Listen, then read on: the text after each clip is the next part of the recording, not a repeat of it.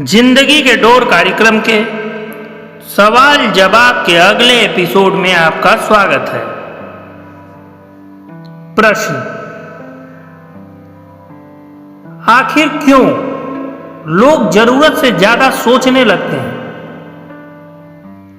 यह स्थिति कब आती है? जरूरत से ज्यादा सोचने का क्या कारण हो सकता है? क्या यह कोई रोग है या मानसिक विकार? देखिए, जरूरत से ज्यादा सोचना यह एक ऐसी प्रवृत्ति है जिसमें व्यक्ति किसी स्थिति, समय या घटना के बारे में अत्यधिक और बार बार सोचता है। इसमें व्यक्ति एक ही विचारों पर बहुत देर तक सोचता रहता है, मन में स्थितियों को बार बार दोहराता रहता है और विभिन्न दृष्टिकोणों से मन स्थिति का विश्लेषण करता रहता है। ऐसे लोगों को विचारों को छोड़ने में बहुत कठिनाई होती है और बहुत अधिक विचार के कारण कोई एक निर्णय लेने में भी संकट आ सकता है। दौड़ भरी आज की जिंदगी में सबसे बड़ी और उभरती हुई समस्या है मानसिक तनाव, जो जरूरत से ज्यादा सोचने के कारण ही उत्पन्न होता है। कभी कभी मन को शांत रखने से भी समस्या का समाधान निकाला जा सकता है। एक बार गांव में रहने वाला एक युवा लड़का पुरानी बुरी यादों को न भूल पाने की आदत से परेशान था और एक ही चीज के बारे में सोचता रहता। अगर किसी ने उससे कुछ कह दिया या उसके साथ कुछ गलत हो गया तो वह पूरे दिन बस उस घटना के बारे में सोचता। उसके दिमाग में एक ही बात घूमती रहती। फिर वह अपने साथ हुई किसी बुरी घटना के लिए या तो अपनी किस्मत को कोसता या फिर भगवान को। वह हरदम उस शख्स से बदला लेने के बारे में भी सोचता रहता जिसने कभी किसी वक्त उससे कुछ कह दिया था या उसके साथ कुछ गलत कर दिया था। अपनी ज्यादा सोचने की आदत के कारण न तो उसके लोगों से अच्छे संबंध थे और न ही उसे कोई काम अच्छे से करना आता था। वह हमेशा तनाव या मानसिक अशांति की स्थिति में रहता। उसकी हालत देखकर उसके दोस्तों ने एक दिन उसको सलाह दी कि एक महात्मा जो यहां पास के मठ में रहते हैं, आप उनके पास जाइए। वह आपकी इस मानसिक समस्या का कोई न कोई समाधान अवश्य बताएंगे। युवा लड़का महात्मा के पास जाता है और उसे अपनी समस्या बताता है। वह एक ही घटना के बारे में बार बार कैसे सोचता रहता है और पुरानी बातों या यादों को भूल नहीं पाता। ये सारी बातें उसने महात्मा को बताई। लड़के की समस्या सुनने के बाद महात्मा वहां से उठकर मठ के अंदर चले जाते हैं। महात्मा द्वारा बिना कोई जवाब दिए इस तरह उठ के चले जाना लड़के को बड़ा अजीब लगता है, लेकिन वह अभी भी वहां बैठा रहता है। थोड़ी देर बाद वह देखता है कि महात्मा उसकी तरफ आ रहे हैं। मिट्टी के गिलास में पानी भरने के बाद महात्मा आते हैं और लड़के के पास खड़े हो जाते हैं। तभी लड़का भी उनके सामने खड़ा हो जाता है। अब महात्मा लड़के से पूछते हैं, बताओ इस गिलास का वजन कितना होगा? लड़के ने कहा, मैं ठीक ठीक नहीं बता सकता, लेकिन इस गिलास का वजन बहुत कम है। अब महात्मा ने गंभीरता से कहा, मेरा सवाल यह है कि अगर मैं इस गिलास को थोड़ी देर के लिए ऐसे पकड़ कर रखूं तो क्या होगा? लड़के ने कहा, कुछ नहीं होगा।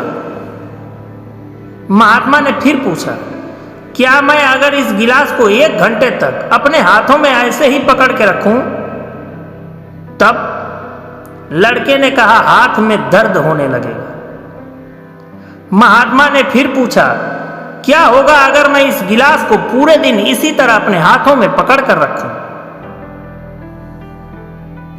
लड़के ने गंभीर शब्दों में कहा, आपका हाथ बहुत ज्यादा दर्द होने लगेगा। आपका हाथ सुन्न भी हो सकता है।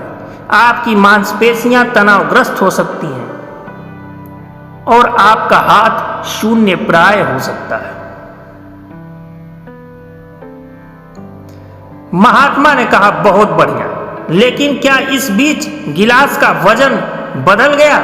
लड़के ने कहा, नहीं, गिलास के वजन में कोई परिवर्तन नहीं हुआ।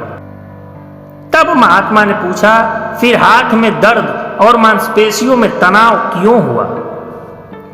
लड़के ने उत्तर दिया, बहुत देर तक रुकने के कारण ऐसा हुआ। महात्मा ने लड़के की तरफ इशारा करते हुए कहा, बच्चे, जीवन में परेशानियां ऐसे ही हैं। अगर आप इन्हें कुछ देर अपने दिमाग में रखेंगे तो आपको लगेगा सब कुछ ठीक है, सब नॉर्मल है।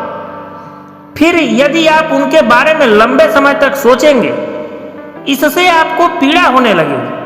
और यदि परेशानियों को बहुत लंबे समय तक अपने दिमाग में आप रखते ही रहोगे, तब वे आपको परेशान या पागल बनाना शुरू कर देंगे और आप कुछ नहीं कर पाओगे। अपने आज के कार्यों पर ध्यान केंद्रित करें, ज्यादा गहराई में न जाएं। हालांकि किसी भी विषय पर विचार करना समस्या का समाधान करने में आपकी मदद कर सकता है, लेकिन ओवर थिंकिंग तब समस्या का कारण बन जाती है जब इसका दैनिक कार्यक्षमता में हस्तक्षेप होने लगता है।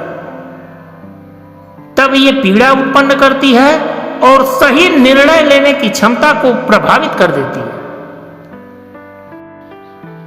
यहां एक बात गौर करने लायक यह है कि ज्यादा सोचना या ओवर थिंकिंग कोई बीमारी नहीं है।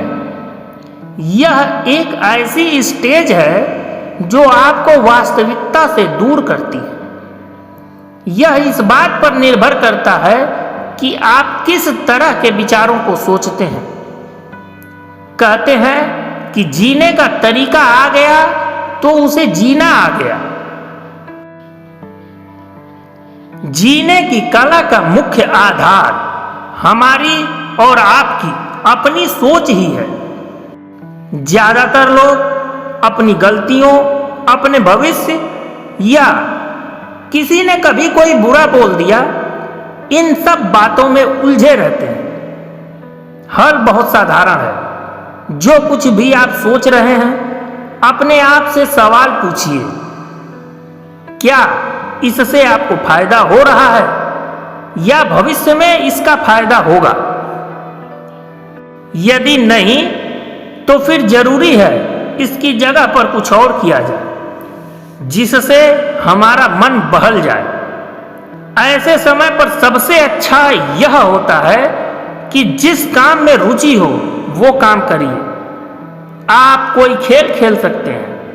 आपकी रुचि स्केचिंग, पेंटिंग या लिखने का शौक है तो लिख सकते हैं। हमारी सोच ठीक वैसी ही होती चली जाती है जैसे हमारे व्यवहार, आदत और जीवन शैली होती है। अगर ये बुरे और गैर संस्कारित हैं तो निःसंदेह हम अपने जीवन में उत्पन्न हो रहे प्रभावों के चलते दुखी होंगे और यही दुख हमारी चिंता और ज्यादा सोचने का कारण बनेगा। कहा जाता है कि छलांग लगाने से पहले देखो, लेकिन बहुत लंबे समय तक मत देखो। इससे आप छलांग नहीं लगा पाओगे। प्रत्येक संभावित परिणाम की भविष्यवाणी करने, हर संभावित गलती का मूल्यांकन करने और प्रत्येक संभावित विफलता को रोकने की कोशिश करते हुए अनिश्चितता के शून्य में न देखें। छलांग लगाने के अवसर की तलाश करें और उससे अधिक तेजी से छलांग लगाएं जितना आपका डर आपको पकड़ सकता है। अंत में एक बात कहना चाहूंगा कि पूर्णता या परफेक्शन को पाने का प्रयास ही आपको अत्यधिक विश्लेषण और सोचने पर मजबूर करता है। व्यक्ति अपने फैसलों पर संदेह करने लगते हैं और लगातार खुद से सवाल करते हैं, जिससे विश्लेषण करना और अपने से सवाल करने का चक्र कभी खत्म नहीं होता और आप हर बात पर ज्यादा ही सोचने लग जाते हैं। बहुत ज्यादा सोच विचार से विश्लेषण को लकवा मार देता है। सोचते सोचते हम इतना दूर पहुंच जाते हैं कि किस बात पर सोचना शुरू किया था वही भूल जाते हैं। इसलिए सोचिए, पर इतना भी नहीं कि क्यों और कितना सोचना था वही याद न रहे। जय श्री कृष्ण।